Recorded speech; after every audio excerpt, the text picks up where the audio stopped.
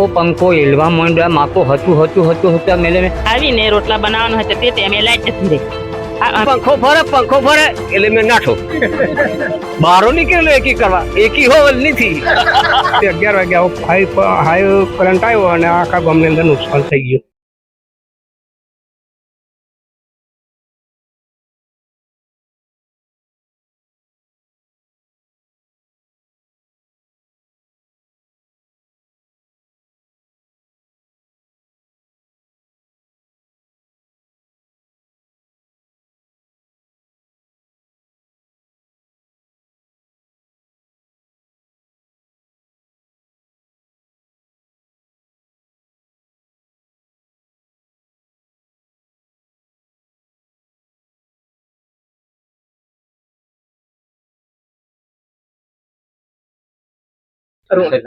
Hello friends, હું છું તોસીફ ખત્રી, તમે જોઈ રહ્યા છો લાઈક ઇન્ડિયા।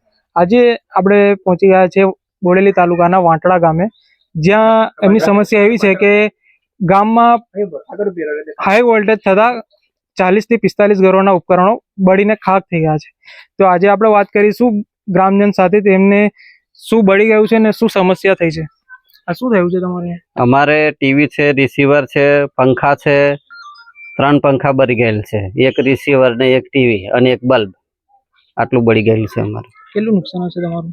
15,000 ની આસપાસ હશે। આ પહેલા પણ તમારું હાઈ વોલ્ટેજ ના કારણે કઈ તકલીફ થયેલી એવું કઈ?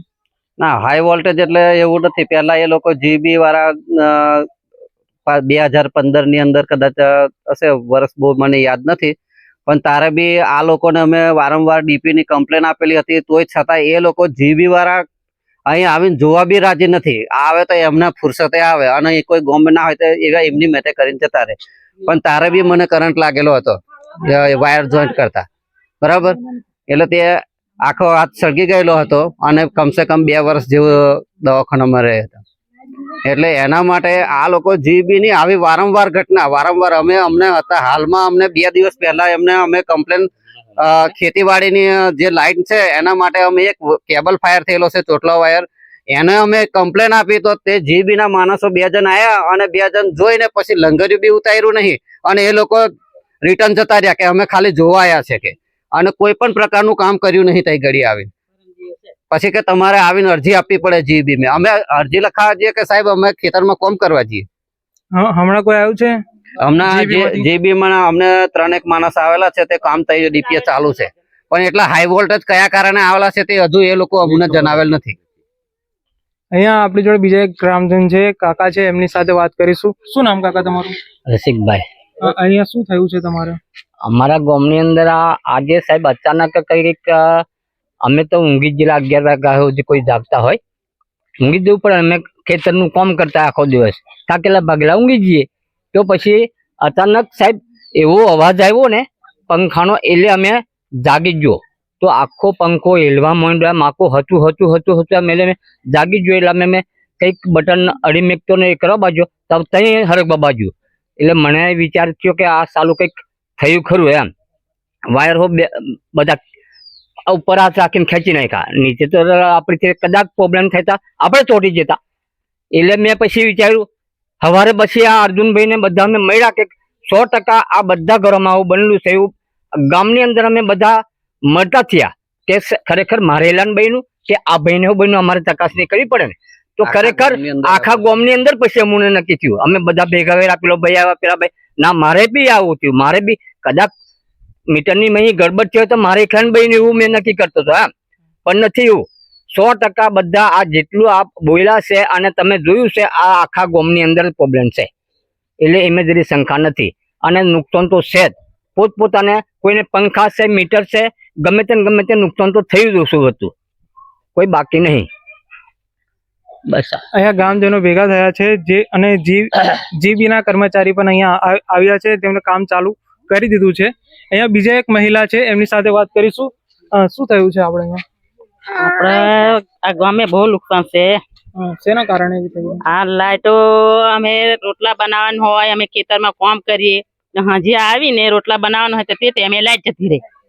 અમે રોટલા બનાવવા કે દૂધ કાઢીએ કે તે ટાઈમે ફોન કરીએ તો આવતા નથી। અરે પરમ દિવસની વાત, અમારા ભત્રીજો છે અર્જન, તાકે બોલાવ્યા તાકે આ તો વાયર બરી ગયેલા છે, આ અમારું કામ નહીં.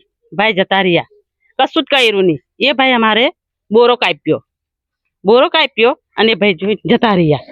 તો એમને કામ કરવાનું નહીં, એવા પગાર નહીં લેતા. બસ આવીને જોઈને જતા. અને મેં તે 4 કાપ. અમારે નિરાને બોલવાનું હતું કે તમે શેનો પગાર લે. અમારા ભત્રીજાને અહીંયા બધા આખો હાથ ભરી છે. એ ઘડી અમારે પરબ હતું, હોરી હતી. તો આ બધાને કીધું. ક્યારે એવું બને? આ કેટલાક 2000 ને કેવા હજાર 2015 એમ જ. પછી અમે ના જ પાડ્યો, બને ના પાડ્યો. અમારા ઘરવાળા બોલ્યા તું જાસ ને આખા ગામે લાજ જોશે. તે અમને ઘર માં જવા દઈને ખરે જતો રહ્યો. પછી ભાઈ 3 દિન ચોટી રહ્યા. એટલે ભાઈ અર્જુન લાગી ગયો, અર્જુન ને શોટ લાગી ગયો. અમે બધા નાહી જો. અને પછી 15 દિવસ વડોદરા રહ્યા દવાખાને. એટલે આ ગામે હેલ્પર આવતા નથી. મહિલાનું જણાવવાનું છે કે અહીંયા લાઇટની વારે સમસ્યા થાય છે. 2015 કે લગભગ 5-7 વર્ષ પહેલા એમના ભત્રીજાને પણ અહીંયા કરંટ લાગીને જે હાથ બળી ગયો હતો. બીજા એક મહિલા છે, એમની સાથે વાત કરીશું. શું થયું છે અહીંયા તમારે? તો અમારે ટીવી ઉડી ગઈ, પંખા ઉડી ગયા અને પેલા મોબાઈલ ચાર્જર એ થઈ ગયા. એ અમારે નુકસાન થયું છે અમારા ઘરમાં. શું કરવાનું એને? શું નામ તમારું?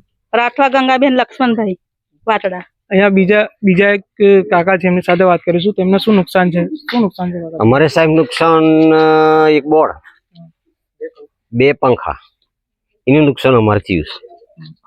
એટલે વધારે લાઇટ આવવાથી આ નુકસાન થયું છે. એટલે કયા કારણે આ વધારે થયું કે ઓછું થયું એ હજુ હેલ્પરો કોઈ મને વાત કરેલી નથી. અને આ જોઈનું એટલે અમે બધા ભેગાથી નક્કી કર્યું કે ઘર દીઠ આપણે આ 30-40 ઘરોમાં આપણે નુકસાન છે. એટલે બધા ભેગાથી અમે નક્કી કર્યું કે આપણે હવે અને આ અમુન સાહેબ એક આ જે નવા મીટર અમારે નાખ્યો છે એ અમને બહુ નુકસાન છે. જે બોર્ડે અમને જ્યાં નવા મીટરો નાખ્યો છે એ મેં અમને નુકસાન છે સાહેબ. જો હવે એમાં શું થાય છે, જૂનો અમારો મીટર હતો એમાં 2 મહિને બિલ આવતું અને ઓછું બિલ આવતું. હવે આ 1 મહિને બિલ આવે છે, એમાં 1400 થી 1500 રૂપિયા બિલ અમારે આવે છે 1 મહિનાનું. એ વધીને આવે છે.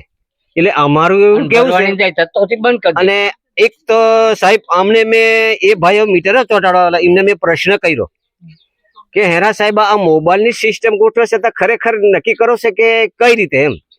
તો મને ભાઈ કેમ પ્રશ્ન કર્યો કે કાકા તમને કોને કીધું કે આ મોબાઈલ વાળી સિસ્ટમ ગોઠવે છે?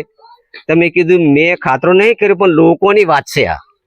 તાકી એવું નથી કાકા એમ, જે છે એ પોઝિશન જ છે આ મીટર એમ. એટલે પછી મેં એમને કીધું તા કે આ મીટરનો જે છે પોઝિશન એ અમારું એક આ કહેવાનું છે. અને નુકસાન થયું છે એ તો ખરેખર અમારે આ અમે કેટલા ઘરોમાં નુકસાન તો થયેલું જ છે સાહેબ. બનાવ ક્યારે બનેલું છે? હેનો આ જે હાઈ વોલ્ટેજ નો બનાવ એ 11 આજે રાતે 11 વાગે, રાત્રે 11 વાગે 11-11:30 ના ગારામાં બન્યું. 11 વાગ્યા મેં હો ઊંઘતેલો સાહેબ, ઊંઘી ગયેલો, પંખો બરાબર ચાલુ કરી. અને મારા ઘેરથી કે પંખો ફરે એટલે મેં નાઠો બારો નીકળેલો એકી કરવા. એકી હો નથી, પંખો બરે એટલે નાહવું પડે સાહેબ. આવીને વાયર ખેંચી નાખ્યા. એટલે આ બનેલું છે સાહેબ અમારે એવું છે. અને લાઈટ નો મળશે સાહેબ. આ મીટરો થોડું કેમ કે બદલાતું હોય તો સારું, અમને જે હતો એ ના ખેલતા હોય તો સારું એવું છે. અમારું બીજું કશું કેવું નહીં સાહેબ. અમને નુકસાન છે સાહેબ, ગરીબ મોણા. એમ કે આ બધા કે હા મેં એક પ્રશ્ન કર્યો, પેલા તમે મીટરો ચોટાડો, મેં અભન મોન અંગોઠા સાપશું બરાબર. હવે આવ્યા કે લખવાનું મીટર મેં યુનિટ ની જોવાના, તોથી બોર્ડ માંથી જે બિલ આવે એ બિલ મેં બારીને પૈસા ભરવા જવાનું. ઇંગ્લિશ મેં તમે લખ્યા લે કેટલા પૈસા, મને શું ખબર પડે? હોય તો 100 નું બિલ અને 50 લીન જમ તો લઈ ખરા કેવ્યા બોર્ડ વાળા. એટલે અમે અમારે અનેક સાહેબ અમારે ખેતરોની 3 પીસ લાઈટ છે, એ લાઈટ ને આવ્યા કાળજી લેતા જ નથી. ખેતરો મેં અમારો બધો મનો રહેશે. જો ખેતરો રહે છે બરાબર, આ તો પોણી જે ઢોર ને પોણી પાવાનું એ બધું જોઈ જોઈએ સાહેબ. પોતેડાનું પાણી અમને લોકો પીવે છે અત્યારે. અને બિલ લેતા આવ્યા અમુક ભરવું ફાળ દે એટલે અમુક આલુ ભરવું પડશે એટલે અમારે છૂટકો નહીં. અમે નીતોથી કોઈની મજૂરી કરવા જઈએ, કોઈની હેલાની 2 રૂપિયાની 5 રૂપિયાની મજૂરી કરીએ, મજૂરી કરી અમે પાછા બિલ ભરીએ. આવું છે સાહેબ. સ્થળ ઉપર કોઈ જાય, કોઈ નહીં જતા. અહીંયા સમસ્યા એવી છે કે લાઇટ બિલ જે વધારે આવે છે તે, અને બીજું કે આપણી સાથે બીજા એક કાકા છે, એમની સાથે વાત કરીશું. શું થયું તમારે અહીંયા? અમારે આ ગામની અંદર રાતે હાઈ વોટ આવેલો અને એના કારણે લાઇટમાં આખા ગામની 45 ઘરોમાં નુકસાન થયું છે, ભારે નુકસાન. કેટલાનું નુકસાન હશે? લગભગ ગેર દીઠ 3-4 હજારનું નુકસાન હશે. 45 ઘરોમાં નુકસાન છે. અને ગામની અંદર બહુ એમાં સમસ્યા એવી છે કે કોઈ પણ હેલ્પરને અમે બોલાવીએ તો વ્યવસ્થિત રીતે આવતા નથી, અને આવે પણ એમની ફુરસદે આવે કે જ્યારે અમે બોલાવીએ ગામની અંદર આવું છે, ડીપી ઉપર આવું છે, ફ્યુઝ ગયેલો છે કે લંગરિયા ગયેલા છે કે હું એ કોઈ દાડે કહે તમે જાતે ચડાવી દો, અમારે કંઈ ટાઈમ નથી, એવું બોલે છે આ લોકો. હવે અમારે આવું કરવું હોય તો અમને કોઈનો અહીંયા આવડે ના કે કોઈ નહીં, એટલે ગામમાં આવું આ રીતે નુકસાન થાય છે. પછી આ ગામમાં આવ્યા નહીં, અમે કાલે કમ્પ્લેન કરેલી 8 વાગ્યાની, તો કોઈ આવ્યું નહીં. અને આજે ગામમાં રાતે પછી 11 વાગ્યા હાઈ કરંટ આવ્યો અને આખા ગામની અંદર નુકસાન થઈ ગયું.